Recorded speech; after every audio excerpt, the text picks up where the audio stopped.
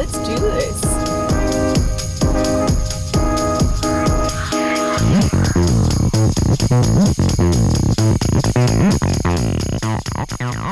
Hello and welcome to the cabin of the Opel Mokka-e. We're on the left-hand side of the road driving a left-hand car, but never mind. I've got everything under the control here. I've been driving for about 2 hours now, so this really is what we would call a first drive review. It's a chance to give you my first impressions of the car and talk about its placement in the Irish market and what's new, what's it going to bring.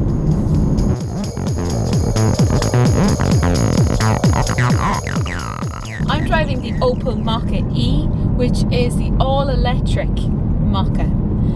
Now, you remember, I'm sure, that Opel has already marketed a car in Ireland called the Opel Mokka. It arrived back in 2012 and the car got a revamp in 2016, and it was actually a very popular crossover, and they do still have quite a high visibility in Irish roads. So there's definitely lots of Mokka owners out there, and I think they're going to be delighted when they come and take a look at this new generation of the car when it arrives in April, because it's all new. The design is new, it looks so different, it's so modern, and this is where Opel cars are going. You're looking at the future here when you look at the face of the Opel Mokka. They call it the visor face. It's got that little bit of a retro look, but it's ultra modern at the same time. It's very distinct, and Opel really need that to stand out and continue to build their brand.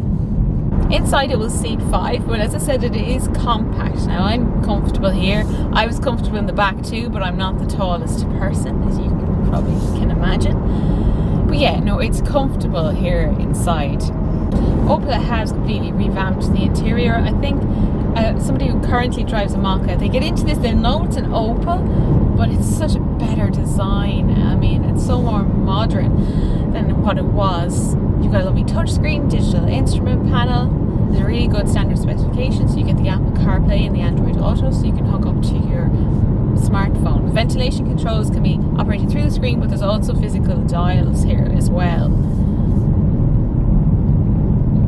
And generally it is well made. Now this is a German car that's come in. I'm not sure is it the exact same spec for what will be available in Ireland, but like already I can see some really nice materials here on the doors. I always look at the doors, it's really good indication of the quality of the car. A bit of hard plastic up there, but even still it doesn't look cheap, you know.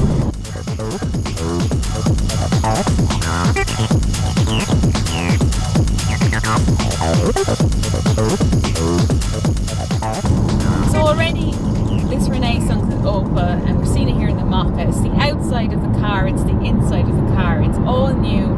They're back with real intent in the B SUV or B crossover segment. I think the final key point I would like to make in today's review about this car is powertrains, and I think this is really where battles are being fought at the moment, because if you don't have any electrification in your range, you're going to be left behind very quickly, because even consumers they're hearing about hybrid and battery electric vehicles, so they want to engage with it. So you really do have to have this on offer. So fantastic to note is that the Opel Mokka is going to arrive in Ireland with a petrol engine, diesel engine, and this electric version, the Mokka-e. So it's right on the money there for when somebody goes into the dealership. Everything's on offer. If you like the look of the car, you like the interior, you're just choosing how it's going to be powered.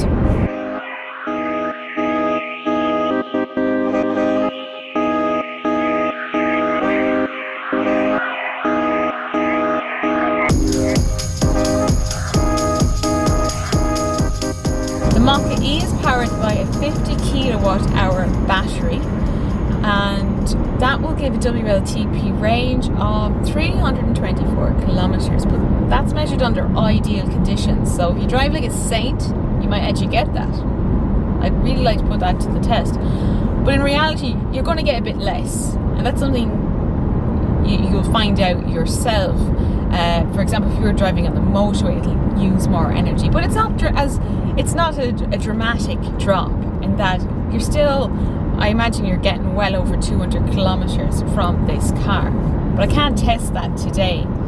But so far I left where I picked up the car with 300 kilometers, and it's saying I have 212 at the moment. So there's no range anxiety in this heart right now. It's very smooth, it's very refined, steering is light. It's just that easy drive that you want in the segment. You don't want anything sporty. It's an EV as well, but you don't want it to feel stodgy either, or just feel like a lump with the steering wheel. So no, this feels good. It doesn't feel too heavy on the road, because it would be a heavier vehicle than, let's say, the equivalent petrol car. But overall, Opel is actually this is a lighter car in general because of the new architecture of the vehicle. It's more aerodynamic, so it doesn't use as much energy. In terms of pricing, we can expect the petrol Mokka range to kick off from about €23,500, which is bang on the money really for that B SUV segment. It looks like it's going to be a really good standard specification on the car as well, and you can read more about trims and equipment in my article over on changinglanes.ie. I've left the link in the description below the video.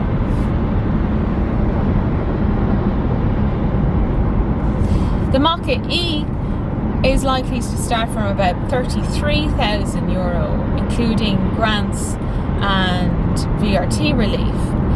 So it will carry a premium, but you do have to consider that if you were to compare, let's say, an automatic with a combustion engine, they carry a premium anyway, and the EV is always automatic. So you are getting a high-spec car, and it will be sold exclusively in the SRI trim, which is the really cool sporty one.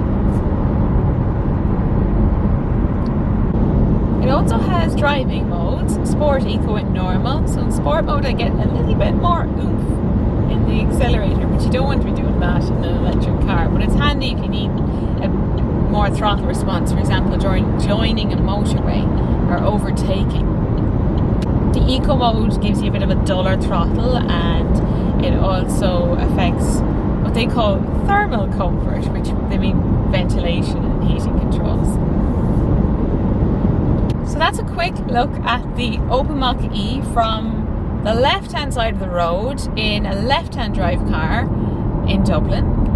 The car officially goes on sale in Ireland in April. It'll be in your local dealer showrooms. It's really exciting, and I think this is a renaissance car for Opel. It's continuing a theme at the brand of regeneration and really getting on point and on brand, and making sure that the products are both modern and competitive, have their own design identity and the latest